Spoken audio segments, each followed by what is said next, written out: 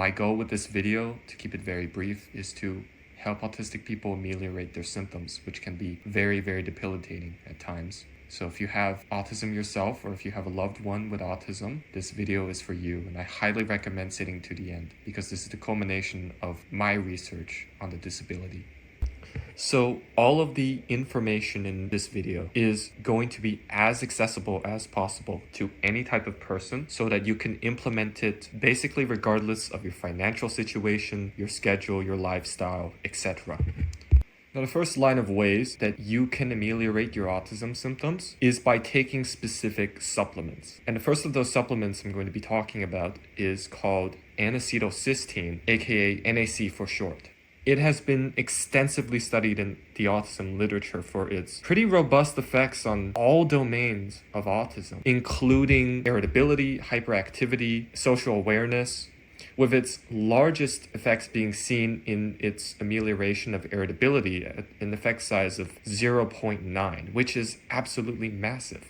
The randomized controlled trials that tested NAC typically used dosages of around 1,000 milligrams. And it is very, very cheap. You can find it on Amazon or any other type of site that sells supplements. I do recommend Amazon for supplements though, because they do mandate that any supplements sold must be sent to a third-party lab. Now, how does NAC work, like mechanistically? Well, it is a very robust finding in autism that there is dysregulation, a lack of balance between two neurotransmitters called glutamate and GABA, which are excitatory and inhibitory neurotransmitters respectively. So typically, an autistic person will have a lot more glutamate activity than they do GABA activity. And one of the things NAC does is remediate that misbalance to some degree. In addition, it's going to directly replenish your stores of glutathione, which are pretty depleted in autism. For reference, in the cerebellum of an autistic person's brain, there may be 40% less unoxidized glutathione, which means that they have way less of their defenses against free radicals. And so there is like chronic low-level inflammation in the vast majority of autistic people's brains. And that explains a lot of the symptoms.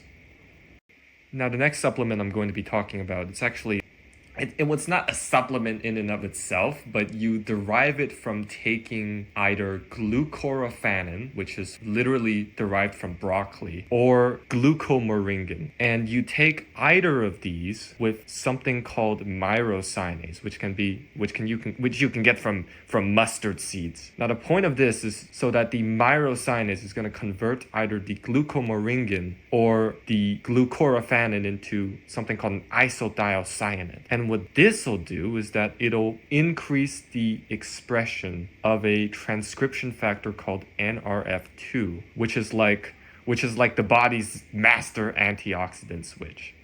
Now, you can get glucomoringan from, moringa leaf extract, and you can get glucoraphanin from broccoli extract. But I highly recommend you go for the moringa extract instead because, it's cheaper. And typically, I believe you get more glucomoringan, more bang for your buck. So again, the point is to take either the moringa leaf extract or the broccoli extract with the mustard seed extract so that you get the myrosinase that you need to convert either of the two isothiocyanates.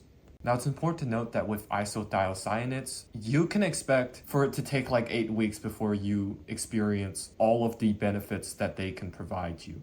Now, isothiocyanates will have a moderate effect size on, I think, all autism symptoms, but they also have a robust effect on social communication and I believe other domains of social cognition that autists may have deficiencies in, which I didn't see any evidence for in our previously discussed supplement, NAC, but it may just be that that specific domain wasn't tested. I don't know for sure. Now, for reference, if you've got the money to do so, I don't believe there's any consequence with taking NAC and isothiocyanates all at once. I think that's a perfectly fine thing to do and might increase the benefits and the symptomatic reductions that you can experience as opposed to if you were to take like either one of the types by themselves. Now we're going to talk about executive dysfunction. Now, the vast majority of autistic people are comorbid with ADHD, meaning that they also have ADHD alongside their autism. I think the measured statistics were like 80% of autistic people also have ADHD. So executive dysfunction is going to be a big ordeal. And the previous supplements explained might not help with executive dysfunction much at all. So this is where you need to talk to your psychiatrist if you have one and have them prescribe you ADHD meds. And well, if you're not already familiar with them, they come in all types of forms. There's stimulant meds like Adderall, which is amphetamine, Methylphenidate, which is Ritalin. These will help you have like this 8 to 12 hour window of relief from ADHD symptoms, and then they'll wear off. And then there's also non-stimulants, which build up in your bloodstream and also cause these types of, I want to say receptors, like changes to the quantity of your receptors in your brain, which has a lot of like downstream effects. And some of the non-stimulant medications that you can take are like Viloxazine, which is brand name Qelbree, which is the top choice, so I'm aware. And there's also Atomoxetine, brand name Strattera, which I'm taking.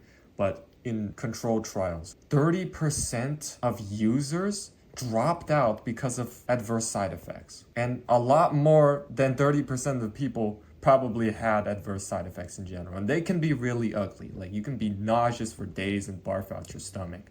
So a lot of people just use Atomoxetine first because they have no other choice to, because it's the cheaper option. Their insurance likes to keep it as cheap as possible. Aside from Atomoxetine and Viloxazine, there's also Guanfacine, which I don't remember the brand name of, or if that's the brand name of it, but it mainly affects your adrenergic receptors in your brain, and cyclical AMP, which apparently messes up the functionality of your frontal lobe if it's in too high of a concentration, which is also the case in a lot of people with ADHD. So do with that what you will. But all I'm saying is don't neglect your ADHD meds. You probably need them. Now, it is the case that if you are scared of like actual psychiatric medication, there are over-the-counter remedies to ADHD, such as Pycnogenol, which is literally just French maritime pine bark. And there's also Saffron. Surprisingly, it had half of the efficacy of Methylphenidate when it came to inattention, remediating inattention. And there's also fish oil, which a lot of people might have heard about, with potential benefits for ADHD. But the thing is, you have to keep taking it for months on end, and the effect sizes, while being statistically significant, are actually pretty small. Now, if you want to take them, just as anything, even a tiny little benefit helps, that I completely understand. So if you're going to buy some fish oil, find high EPA formulations. Try to take 1,500 milligrams, around that range of omega-3s, which are, of course, kind of the active ingredient, so to speak, in fish oil. You also want to make sure your fish oil isn't rancid. So the second you get your bottle of fish oil, you want to crack open a capsule, kind of taste it. If it's really, really metallic and bitter, just throw everything out. You could smell it. If it smells really fishy and rancid and unpleasant, throw it out. But some brands will mask the smell with lemon scents and everything like that, or thick enteric capsules. And you also want to look at the color. If it's way too dark and not like a really mild yellow, then you also want to throw it out.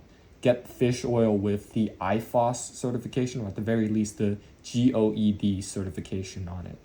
But these are all pretty expensive, and you're better off just trying psychiatric medication. So aside from ADHD meds, another thing you can do to temporarily remediate your executive dysfunction is aerobic exercise. So if you have a treadmill at home, or if you can take a jog around the block, maybe do 15 minutes every morning, and the effects will last for hours. And as for aerobic exercise, another benefit that's kind of unrelated to autism but is still tremendously helpful is that it boosts something called brain-derived neurotrophic factor in a part of your brain called the hippocampus, which is responsible for encoding memories. The more exercise you do, your baseline levels of brain-derived neurotrophic factor are going to increase in the hippocampus. It'll make learning passively easier, which can help you a lot if currently studying or just trying to learn something on the side.